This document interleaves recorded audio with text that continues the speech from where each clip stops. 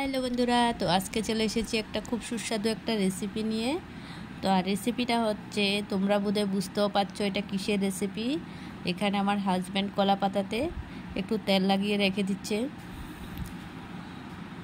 Actually রেসিপিটা হচ্ছে গুঁড়া মাছের পাতুরি, আর এটা বানাবে আজকে আমার হাজব্যান্ড। ও বলেছে ও নাকি এটা বানাবে, আমাকে বলেছে সব কিছু রেডি করে দেওয়ার জন্য। তো আমিও বলেছি ঠিক আছে বানাও।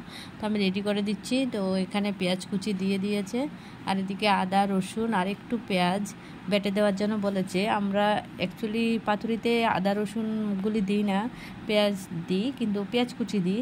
তো ও বলেছে যেহেতু ওর ডাইরেকশন অনুযায়ী তো করতে হবে, যেহেতু ও বানাবে।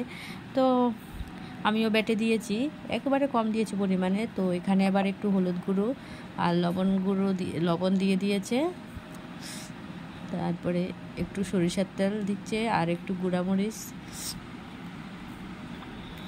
দিয়ে সব কিছু দিয়ে একসাথে মেখে নেবে।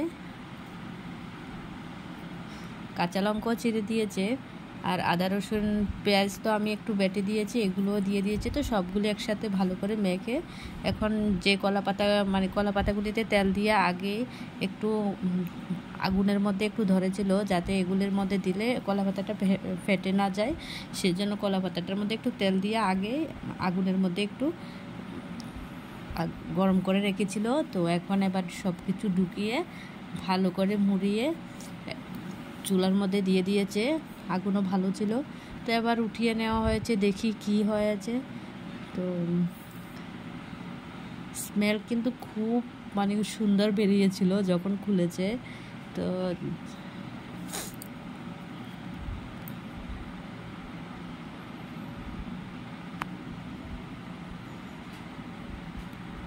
তো দেখতেও খুব ইয়ামি হয়েছে, খেতেও খুব টেস্টি হয়েছে। আমি তো ভেবেছি স্বাদ হবে না। তো তোমাদের কাছে কেমন লেগেছে অবশ্যই জানাবে।